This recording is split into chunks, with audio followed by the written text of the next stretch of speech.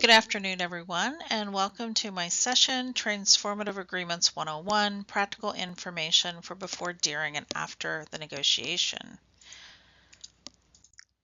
So before we get started, we have a reminder from the conference organizers regarding the Code of Conduct. I want to start off by saying a little bit about this session. It's not intended to be a debate whether transformative agreements are good or bad. I know that librarians and publishers have opinions about these types of agreements, and I respect those. For a variety of reasons that I'm going to touch on in this presentation, transformative agreements have become integral to the efforts of my institution to achieve the mission and goals laid out by the university. So my goal for today is to share what I've learned through adding many of these types of agreements with anyone thinking about wading into the TA space, or for those who've already done this and like me are learning that we have a whole new set of things to manage and think about. I want to share some of our workflow and outreach processes. So today I'm focusing on any kind of agreement that will support open access publishing, whether the model is a read and publish or a TA or a subscribe to open. Each type of agreement will help us get to our goal of increasing the global impact of the university, so that's our main focus.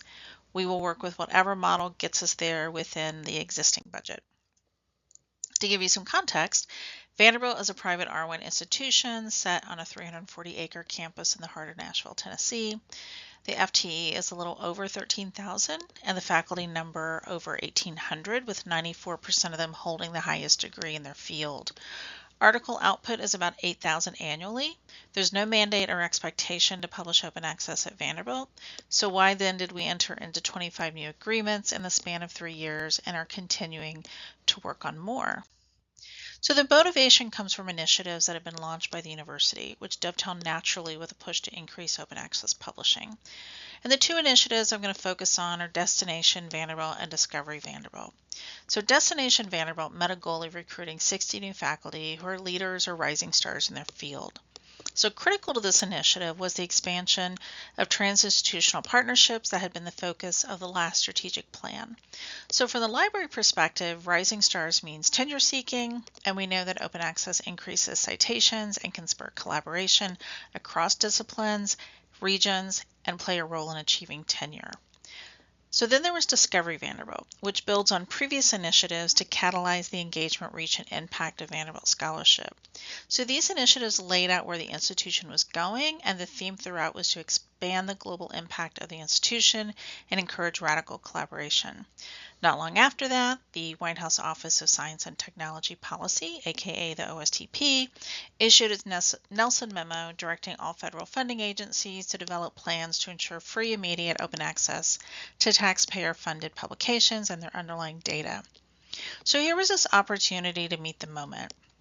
And this is what I think of as the true before the transformative agreements. The before required that we do a deep dive into the data to first advise the university regarding the impact of the memo on Vanderbilt. We also needed to determine if we could support the direction our university librarian was headed, which was full-on TA adoption, with the goal of increasing open access and therefore increase awareness of campus scholarship. And of course, we were trying to do it within the existing budget. So to move forward, we needed to understand the data. The tools we had available to us were Scopus and Web of Science, and anyone who's worked with this data knows that there can be a lot of variations as each system indexes a unique set of titles, and the output and included fields will vary. I attended a great session last year where a publisher showed the output for a research-intensive university through a Venn diagram to illustrate how each data source, including his own publisher data, showed a different number of articles, and each overlapped differently. So the high was 307 articles, the low was 206, and 73 overlapped. The lesson is, for us, this data is never going to be perfect, and if we wanted to move forward, we had to accept some ambiguity. So one example was identifying the corresponding author. We knew from our existing TA agreements that eligibility was typically based on institutional affiliation of the corresponding author. But with the resources we had, we couldn't reliably isolate on that.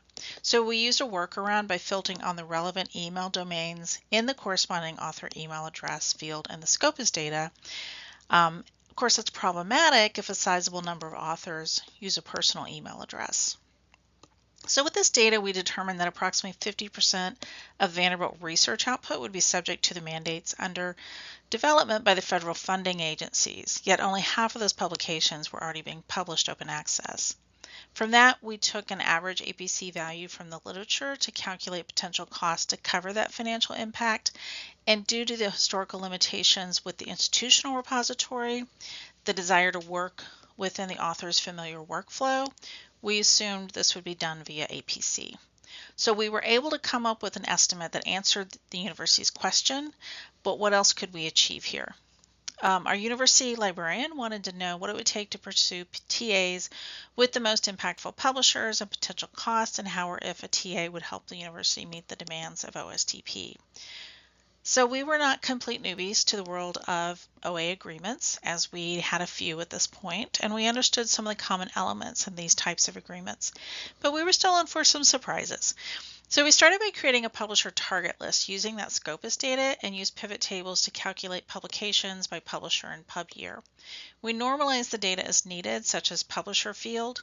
What would often happen is there would be different variations of the name, like Elsevier or Elsevier BV. We ultimately relied more on the publisher data, but what we got from Scopus allowed us to do a reality check to be sure there were no major differences in the numbers. So if you don't have access to a resource like Scopus or Web of Science or Dimensions, you might try OpenAlex or Lens.org. So as you're preparing to start this process, you need to understand your own data in the context of these types of agreements. So here are some things that will help you prepare to prioritize publishers and local goals and start the conversation to pursue agreements. First of all, understand your current journal spend and holdings with that publisher. If you already have a complete package, that can make it easier. Take the time for an internal dialogue and see what hesitation and or enthusiasm might exist at your institution. What are the pros and cons for them? What are the internal motivations and goals in general? So publishers often ask this question. So being direct with them will help you know more quickly if that publisher is going to be able to offer you what you need. Do you want to limit it to a subset of your authors, or will you cover everybody? So for instance, will you include emeriti, adjuncts, and students? Make a list of the questions that are important to your institution to ask all the publishers, but note that as you talk to each new publisher, you're going to have new questions come up as you learn more about the publishing and the TA process. Make a checklist or spreadsheet so you can record the responses from the publishers and quickly look up later what's included and are eligible when you are evaluating an offer or wondering how it's going to work. So for instance, does it include all types of journals, such as fully gold as well as hybrid? Are there any excluded titles, like society titles or third-party titles? Also, get a list of those that are going to remain fully paywalled and would not be included in any agreement. What article types are included? Is it just research articles, or does it also include things like case reports and review articles? What's the average APC cost for that publisher? Are there any fees that the author will still need to pay, such as color or page fees? So now that you've thought about your motivations and goals for exploring TAs, and you have some data, hopefully, and your checklist and a list of publishers to target, you're ready to schedule some meetings and explore. One thing I learned is that some publishers are not offering TAs of any flavor. So just because they're on your list, it doesn't mean that they're willing to offer you a TA. If you're not finding anything helpful on the publisher's website, you may want to check the ESAC registry to see if the publisher is listed. It includes different regions, and some publishers are only offering to a specific region, so it might require some badgering to get them to talk to you, or some convincing, maybe is a nicer way of saying that. Or sometimes I just do a web search for publisher name and the phrase Transformative Agreement or Read and Publish to see if any other institutions have them on their list. So publishers planning to move fully into OA can typically provide data and quotes more quickly. It was not unusual to receive a cost-neutral quote or an offer with a reasonable increase that included read access to all their journals and not just the ones that we were already subscribing to, making it more of a true read and publish. So this will vary based on spend, your publication output, and their overall plan on moving forward with open access. For larger commercial publishers, they usually wanted to schedule a call for preliminary conversations. Data and quotes typically came later. So once you have that publication data and you want to use your own data to do a reality check, do the numbers seem close? If not, do they include all affiliations that you might claim as your authors? So some publishers use Rural ID, some use Ringgold. Make sure they get all those child organizations that fall under your institution.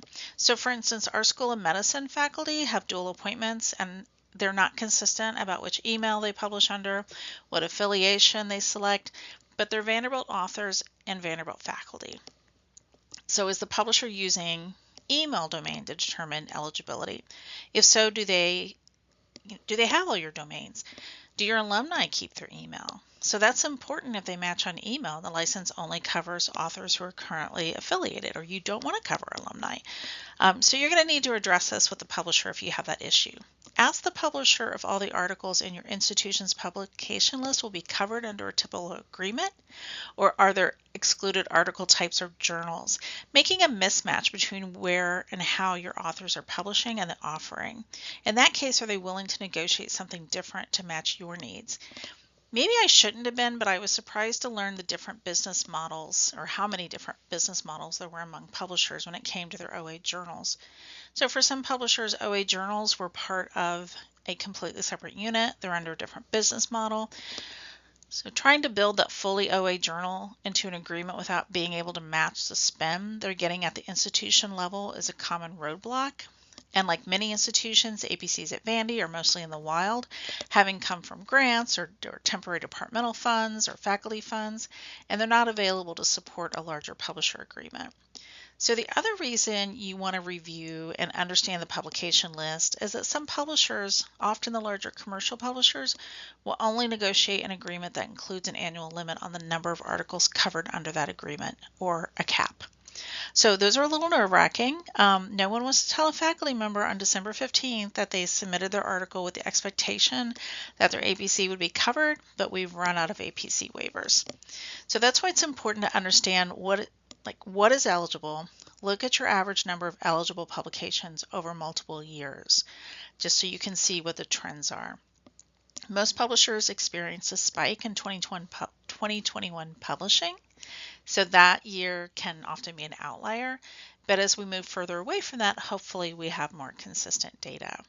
So think about potential institutional growth. Are you expecting to hire more faculty in a particular department that might cause those numbers to jump with a particular publisher? Are there new majors being offered? So if you're negotiating over a cap, push that number up as hard as you can now. And sometimes that publisher will offer a buffer like 10% or X number of articles. A buffer can work for both parties as it helps the institution feel a bit more comfortable moving forward, and it helps the publisher close the deal. So it can be a win-win. Once you have a publication list you feel comfortable with and that average APC, you can start thinking about the added value that agreement brings to campus. So for example, if your institution is averaging 20 articles per year and the average APC is 2,500, there's potential savings on campus of $50,000. So I do emphasize that this is potential savings, as there's no guarantee they're going to publish more or less the following year. But if you're going through an approval process and you're trying to convince your institution that this is a good direction to go, that's a number you can use to help support the request. So during the negotiation, the publisher may offer to demonstrate the author workflow. And I recommend doing this as each publisher is a little different and it helps to understand what the author will see so you can explain it later and hopefully alleviate concerns on their part. Some publishers allow customized messaging to authors based on your preference, and their demo will show you where you can do that. It's also important during these conversations to learn about the publisher approval process. Is it an automated process on the publisher side? And if so, what do they use to match an author with an institutional agreement? Understanding this will help you educate users to ensure that they get covered. Does the publisher provide a portal where you will need to manually approve articles? So sometimes they give you the option and you'll need to decide what you want your workflow to be. There is staff time involved to handle these manually, but it does allow you to see what's coming in, identify patterns, address complications or caveats you had not thought about. And I encourage you to manually approve at least the first year when you have that option. So finally, a question to ask is, do they allow authors to opt out, or can they set the OA option to be opt-in? Do you want them to be able to opt out? So that's a conversation you will want to have at your institution. So the checklist you create will be helpful when reviewing the license. Most publishers address the publishing piece of the agreement in a separate section. So this list will help remind you of the things that you talked about during the negotiation and you want to be sure are documented, such as the definition of an eligible author, that's pretty standard. What data points does the publisher use to identify eligible authors? What dates are relevant to eligibility? Is it article submission or acceptance? What is the author workflow? What types of CC by licenses do they allow? What's the process to retroactively flip an article to OA after publication? So most but not all allow this, and it's especially useful in the early days as authors may not know it'll be free to them, so they decline the offer. Or perhaps they still don't understand the concept of open access and the value it has on their scholarship in the world. So make sure the publisher fully explains this process and how much work is required on your part to flip it later, or what deadlines are in place for requesting that. Is there an end date when you can request that? So some publishers do this work for you, and some require that the institution reach out. They'll often supply a sample email that you can repurpose, as well as a list of articles that can be flipped. Most important, if you do have a cap, what happens if you hit it? Can you set up a deposit account? If you go over, is that even an option at your institution? If you go over and authors have to pay to publish open access, can you get a discount on those extra APCs? Can you get a discount on articles that are in the excluded journals? So there's often questions around reporting, and those you can also put in the license. So how often can you expect to receive a report? Is there a place where you can pull it yourself? What information will be in those reports? So some suggestions that we find helpful are corresponding author name and email, ORCID ID, DOI, APC value, which is very helpful in demonstrating value over time. And that is the one data point that we've seen inconsistency in publisher reports. Did the author accept the waiver and publish under the agreement? Sometimes that's a separate report and you have to ask for it. Content type of the publication, such as research article or case report, article acceptance date, ideally in the format you need it in, license type, funder information, what type of journal are they publishing in, is it a hybrid journal or fully gold OA, and of course, whatever other fields you find helpful and they're willing to provide, get it documented in the license. Okay, so now you have a signed agreement. What should you expect next? So this will vary based on the size of the agreement and the workflow. So if the publisher has a portal with the option to manually approve, then they will typically offer training, or they'll set up a meeting and walk you through any available customizations, such as customized wording or the opt-in default. You'll need to identify a main contact for approving articles. So much like the way we've traditionally handled renewals or admin accounts for e-resources, we set up a group mailbox so that all notifications and reports go there. After this training happens, and depending on publication activity, you'll start seeing articles come in for approval. Usually in the same dashboard, you can keep track of how many of the APC waivers you've used. For the agreements where we have to manually approve those and then we see the articles coming through, we do sometimes question whether we should approve it or not, and that typically comes up when someone uses a personal email. In those situations, we first look at our library management system to see if they're an active user, and if they are, we'll go ahead and approve the article. But we also email their subject librarian, asking them to educate that particular researcher on these agreements and advise on the importance of using their institutional email to ensure they're offered a waiver. So we find this usually happens when someone is about to graduate or they're submitting their final paper. But they want to make sure, of course, that they get communications from publishers, so they use a personal email. In those cases, we let them know that this particular article will be approved as the work was done while they were at our institution, but that most agreements only cover currently affiliated authors. So they know, we just let them know this is a one-time deal. And that's allowed under typical agreements, which is good as it does take time for an article to go from submission to acceptance. And of course that varies greatly by journal, so it's completely legit that they submitted it under the agreement. Another service offered that they usually offer is marketing. This is an opportunity to use their service and relationships with authors to get the message to them. I recommend asking to see what they're going to send in case you want to tweak it, especially if you have a capped agreement or perhaps it only covers a particular set of journals. You want to make sure that they don't say something that is misleading, accidentally to the author. They might post it on social media sites like LinkedIn or whatever avenues they typically have to communicate with faculty and authors. I'm still amazed to find authors who are just now learning about these agreements, so whatever we can do to help get the word out is welcome. Not long after the Nelson memo came out, we received an invitation from the university's Research Integrity and Compliance Committee, which is a very high-level committee on campus. We were asked to talk about the new publisher agreements as that group was very concerned about the impact of the memo.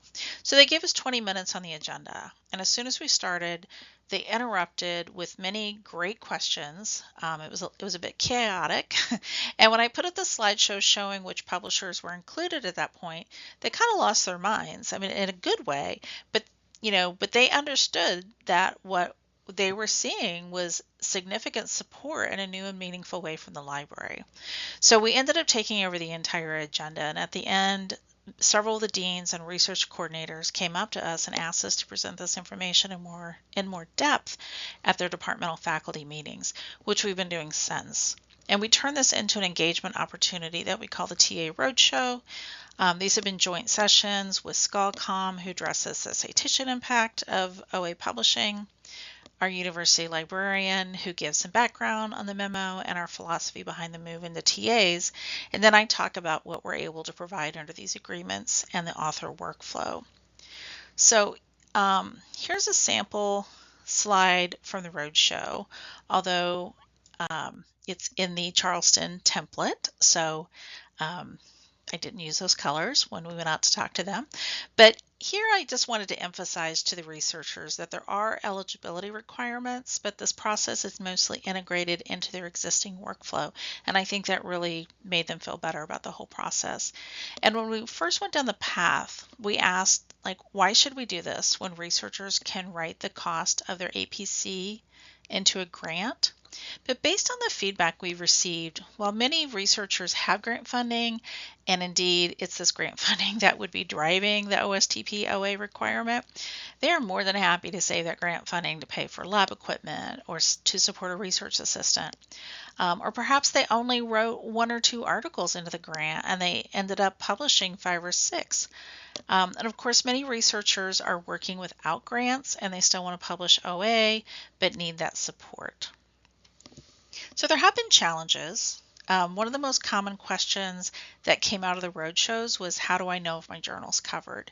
And when I gave my part of the presentation, I was always careful to specify that some publishers limit their agreements to hybrid journals or don't include third-party journals, which of course doesn't really mean anything to authors. And I think I kind of made them a little paranoid. So I mainly wanted them to know that there were exceptions and to check the publisher's website for a list of eligible journals and content types before assuming the APC could be waived. So the more we talked with faculty, the more anecdotal evidence there was to indicate that except for those with a really strong society affiliation, most authors didn't really know who published their key journals. And I also learned when talking to many of them that they had no problem switching to a different journal if it meant they could get that APC waiver and not have to worry about running into a cap. So to avoid surprises later, I did talk about caps in the roadshow, but now that we're getting close to the end of the year, I'm a little less worried about hitting those and more worried about authors avoiding those publishers because they're concerned they're not going to get that waiver after they've already committed to publish open access. And they obviously don't want to end up with an invoice. So once we get through this year, we might stop mentioning the caps to see if that helps alleviate concerns and boost performance under some of those agreements. Ultimately, it's the author's choice where they publish. So to help with the confusion, and as part of the marketing campaign, we overhauled the Vanderbilt Author Services LibGuide and added a page with the list of agreements supporting open access publishing. We do have an entry for each agreement, and whenever available, we link to the publisher site with the listed journals. But unsurprisingly, faculty do not want to go to 25 different web pages to find out if their journal is eligible. So we added a third-party embedded journal search, which allows users to search by title, subject, publisher, and imprint. So once they find a title, they can see how it's covered under the agreement. We did look at a couple of different vendors in this space. There might be more now. We looked at Kronos Hub and SciFree, and based on our needs, we did select SciFree. We've utilized their icons to show if a journal is included, discounted, and when we start getting closer to a cap, we show a special nearing article limit icon. Another challenge that we already face in the acquisitions world is handling journal transfers and making sure we stay on top of which title is moving to which package, or do we need a new single journal order? So we have a very in-depth journal transfer spreadsheet already, and now we're adding fields to track TA-related information. So will that journal be included with the new publisher? And this raises other questions that I haven't answered for myself yet. What happens if an author submits an article to a covered publisher, but by the time it's actually accepted, there's no TA to cover the APC? So we don't have an agreement with a new publisher, for instance, or it's going to be a different format. They're not going to be happy, and that scenario gives me nightmares, I have to admit. As publishers are sending their journal transfer notifications, I've been asking how these are going to be handled. What I have gleaned so far is that articles do get transferred from one publisher to the next as part of that overall transfer process. What I need to clarify is, for the ones that are accepted by the old publisher, are those considered paid, and will they be published open access without additional fees by that new publisher? And then what about the ones that were only submitted and not yet accepted when those get moved? So more to come on that, but that did lead me to the NISO Transfer Code of Practice Standing Committee. Their response was that they have been working on the latest revision of the code and are close to being able to release it to the public for comment, and that this is one of the main issues being discussed, was the way that open access articles are handled and how new business models work. So that was great to hear. And if you're interested, I encourage you to add your voice during the public comment period. Some of the next steps we're planning all relate to evaluating the impact of the agreements. So first, we're trying to upload the publisher provided article list into a homegrown centralized system that will allow us to not only normalize and integrate the data into one master list, we hope to be able to pull in other data, such as the departmental affiliation, author category, such as faculty, student, staff. This is a closed system, so we can pull in some of that information. We also want to include journal impact factor or site score and citation data, so we can bring everything together and quickly respond to administrative questions around performance and have some talking points for when budget time rolls around. So there's another way we can provide hard numbers regarding the types of support we're providing. So this is another way we can provide hard numbers regarding the types of support we're providing to the schools. We also want to be sure that these agreements include high impact journals, further driving up citations and reach for authors and the university. So going back to the beginning of this presentation, global impact is the #1 priority. So impact is something we need to consider in any agreement.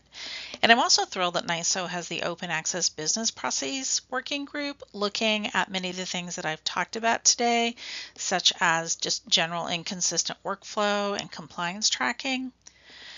They too will be issuing a report for public comment in the future. So again, I encourage anyone to watch for that and respond. And I'm hoping to determine the staff time it takes to manage these agreements. And I think I'll have a better idea of that once we're through this first year of journal transfers. Right now, I think it's easily 1/2 of a professional level FTE. And despite some challenges and the learning curve, we believe that this is a change that's had a positive impact on the entire campus and the perception of the library. So my goal for this presentation was to simply enlighten, not to convince. I hope it sheds some light on the process and what you might expect along the way should your institution decide to go down this path as well. And I thank you for attending, and I look forward to answering any questions you have or participating in a discussion.